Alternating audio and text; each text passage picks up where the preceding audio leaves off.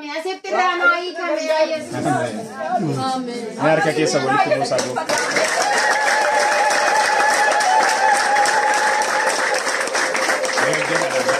Sabni hundumtuu ol jedha dhaabbadhaa harka keessan gara Waaqayyootti ol kaasaa. Ol kaasaa giddiin qabina.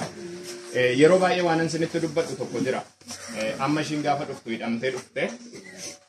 Yeroo baay'ee waan rakkattan yoo ta'e malee nama rakkinan beektan. Tole Waaqayyo lafa kanatti maal isinii godhe? Waaqayyo raayyoon faddaana dhagaa wanta gurguddaa naa godha. Kan duraan illee dhugaa ba'e. Ammas dhugaa ba'umsi koo. Kana ta'e anarree na oolche. Uffatan biyyaa wanta gurguddaarraa na oolche dubbadhuu baay'ee isin beeka. Isa lammataa mucaa kootu asitti dhugaa ba'umsa biyyaa guyyaan dura wantoota fayyii ta'ee dhugaa ba'u. Ibsatee jira yoo koleetti fidee turraa.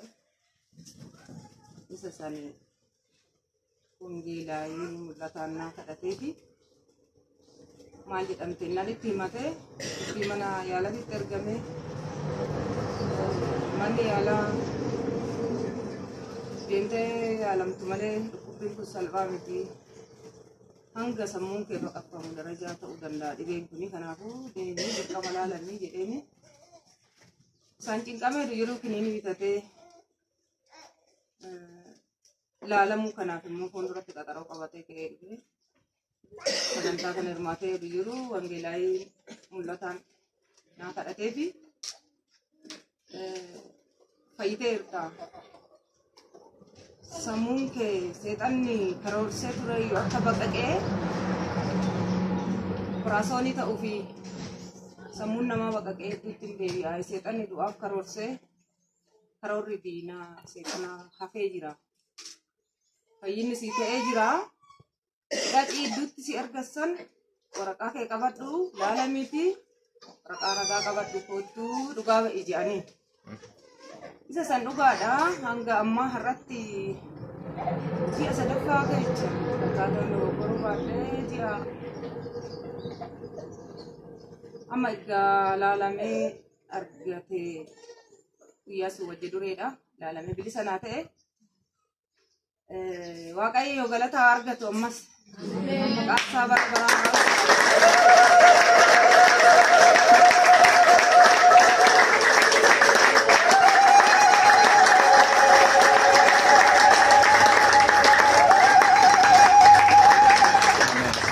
inni namaafi hin danda'amne waaqayyoof hin danda'ama. Waaqayyo madaa malee operaasyoonii malee naa fayyisee waraqaa ragaan naa kennameefi akka hawwii kiyyaatti har'a wal qabnee dhufnaa yisilaayi inni xiqqoo haalli naa mijoofne guyyaa biraa naan jennaan ana keessa kona ciibsu didee boqonnaa dhabee gammachuun boqonnaa na dhawwee galanni isaaf haa ta'u ani jedhee hundi jilbaaniyyuu galata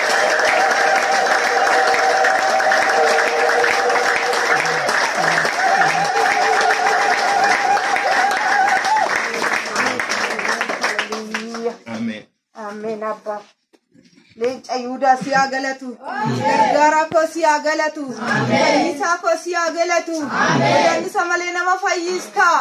Abbaa si haa galatu. Fayyummaa kee guyyaa qabaa nama si obsee si eeggateefati. Abbaa fayyina guutuu qabdaa galanni fulfinni teessoo kee haa marsu. Galata kee dubbisee barreessee fixu galanni kee dachaan teessoo keetirratti siif haa ta'u. Warri rakkattanii cinqamtanii immoo diroon isin ga'uu dide akka koo kanatti diroon isin haa ga'u.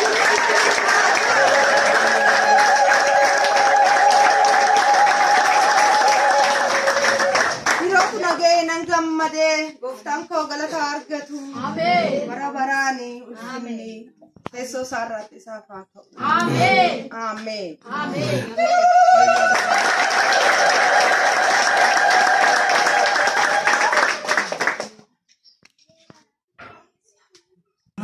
Tole namattaan.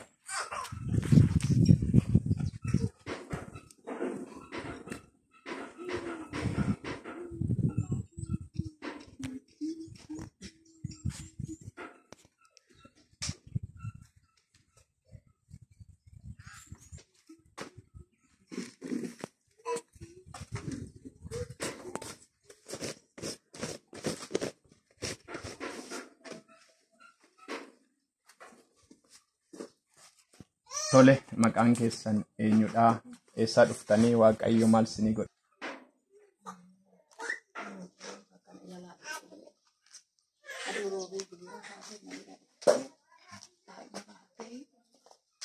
Ani guddaa. Oofanii baaraana buuse. Safuutamtee akkanatti daa'ima baattee goggogdee taatee dhufte. Maal godha jeeta. Wanni gaa'eedha, wanni dubartii gaa'ee. Ana bichaa qabdi. Maalan godha jee. Maal wanta la ta'u. Karuma hundaas ilaalaa waaqni kun. Waaqni gooftaadha daba dhugaa abdiidha.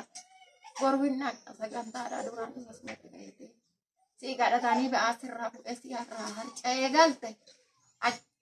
Cuma dhaqna bakkee biraan dhaqnu. Akimii sin dhaqnu hospitaala sin dhaqnu hospitaalli keenya Yesuusi. Isuma bira dhaqnaa dabadhu gogumaan taatu fayyiteetuma galtaa hidhee. Amma kaanee dhufne midhaan dandeechee nyaatu bishaan dandeechee dhugdu walitti gogdee akka mukaa kanatti. Amma bishaan manuma waraabbadhee bishaan manuma fidadhee kosheetti naqadhee asitti wangeelaa inni irratti naa kadhate. Sodaatte hidhadhee irratti naa kadhate. Ingallee bishaan san inni irratti naa kadhata san jabaadhee tuman ija jabaadhee as fidadhee harkumatti qabadhee irratti naa kadhate.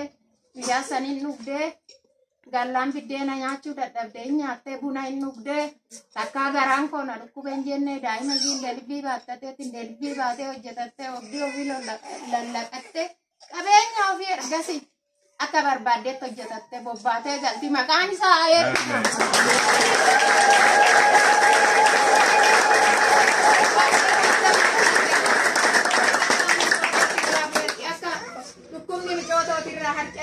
Isinirraa isaa harcabu. Isin isaa fayyu. Waaqayyo haa galatu. Jaala malee ni hiikame isinis akkama ni hiikametti isin haa hiiku.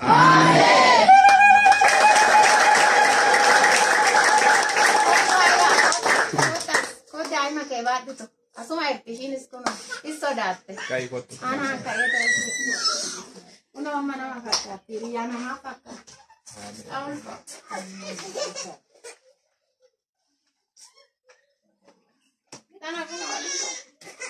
Aratu fakkaatti nama fakkaatti. Karinaan ijeetis gadhiidha. Waaqayyo yaa eebbifama. Ameen. Waaqayyo yaa eebbifama. Ameen. Nani kamee naaf fayye. Ameen. Mii malee fayyuu hin danda'an garuu ana kimiis hin dhaqne Waaqayyo akkamii naaf ta'e. Ameen. Tokkoo hin dhaqne as ga'ee miilli koo as ga'ee naaf fayye. Ameen. Isumatu calqaba naa kadhate. Ameen. Naaf fayye. Ameen. Maqaa Waaqayyo yaa eebbifama. Ameen. Nan gargaaramee arra nagaan.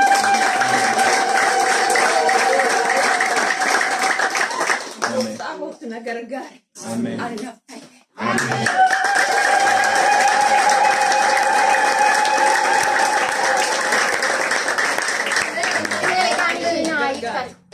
Akka namni na godheeti Waaqayyo jalaa na baase. Waaqayyo jalaa na baase. Akka na hiikametti hiikama. Waaqayyotu na gargaare. Yommuu lafa isumaa dadhabe dhugaa. Hallelujah. Asumatti har'a kadhatee namni Waaqayyo gargaarame naaf fayye. Ashitaan garaa ishiitti xobaafame asitti irraa naa hiikame yaa Yesuus. Ameen. Harka keessa walitti buusaa jiru.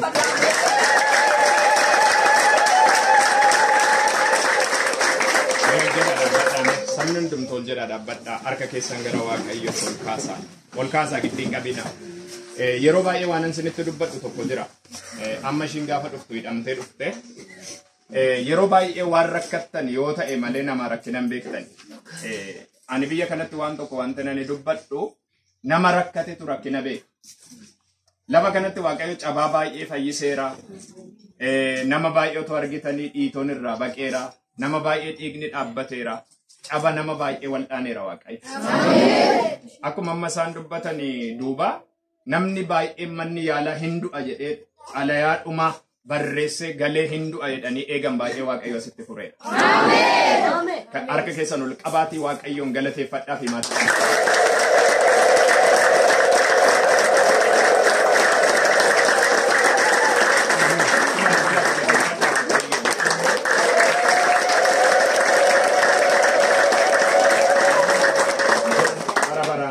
Afaa jiraadhaa walitti siqaasanii eebbisa. Yesus Kristos inni gooftaa. Ameen. Me ameen inni gooftaa. Ameen. Ameen inni gooftaa. Ameen. Ameen inni gooftaa. Ameen. Maqaan Waaqayyoo haa eebbifamu. Ameen. Bara baraan hamaan sin hin danda'in. Ameen. Inni dhiiga Yesuus hin digimtiin sin hin danda'in. Ameen. Morri sin hin danda'in. Ameen. Maqaan diinaa sin hin danda'in. Ameen. Amma dhumatti hiikamaa afa. Maqaan Yesuusiin ameen.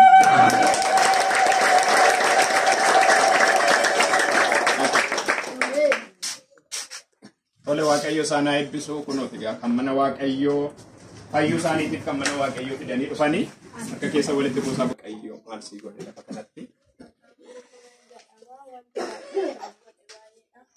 Garisuma keessa muraasa dubbachuun barbaada. Yeroo duraa guyyaa tokko sagantaa deddeebi'aan ture guyyaa tokko ganama boolanii Waaqayyo uffanni koo murame daftarri koo citee barattoota biraa fi yaa Waaqayyo yoomna yaadattaa laata jedhee kan ba'e asumatti warri kafanni jalaa murame jedhame hin dubbatame nan dhufe naaf kadhatame hin deebita barumsatti naan jedhame daftarri koo san murame kafanni koo san bade san murames isa hundumarraa naasee kamisa asitti naa kadhatame jimaata mana barumsaa dhaqeen barsiisota haasofsiiseen galee kun gaggeessituu gaafatanii ani mana barumsaa sanitti hin baranne garuu gaggeessituu sin gaafatamne hadhoo barumsa koottan daftara koo baadhadhee barumsa dhaqe qixxee ga'e odoo namni naan jedhanuuttan deebi'ee naa galateeffadhaa jechuun barbaada.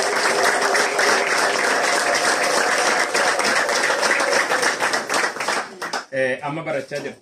Eeyyeen barachaa kan jira. Dura qonnaa kan ba'e. tole dura mataan si dhukkubaa ture rakkachaa turte mana barumsaa hin dhaabne. Mana barumsaa nagi mataan si dhukkubaa ture barumsaa naaf galaa tokkoffaan ba'aa ture garuu isa hundumaa nan wallaalee gaafa kutaa jaaffaa ministeera duraa baradhee xumuroomaa nan wallaalee barumsa nan dhiisee waggaa lamaafan dhiisee garuu har'a gina waggaa sadaffaatti itti deebi'ee barumsa koo barachaa kan jira nagaan naaf galaa. Untumtuu maan taane mataan na dhukkubeen beeku eegan mana barumsaa seenee asitti naaf kadhatame Waaqayyo waan guddaa naa godhe kanaaf naa galateeffadha. Gaafa ishiinii kamtu argitan harka ol kaasaa gaafa ishiinii kamtu asirraa argine irraa dhuga baatota warri jettan harka ol kaasaa. Kan nama dhibu keessa seexan akkas jedhe nama baay'ee dandeettii qabdudha waan ta'eef dandeettii ishiin hidhinaan jedhe.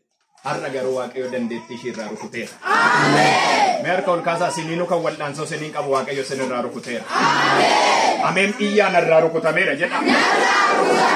Ittuma dabalaan irraa rukutameera jedha.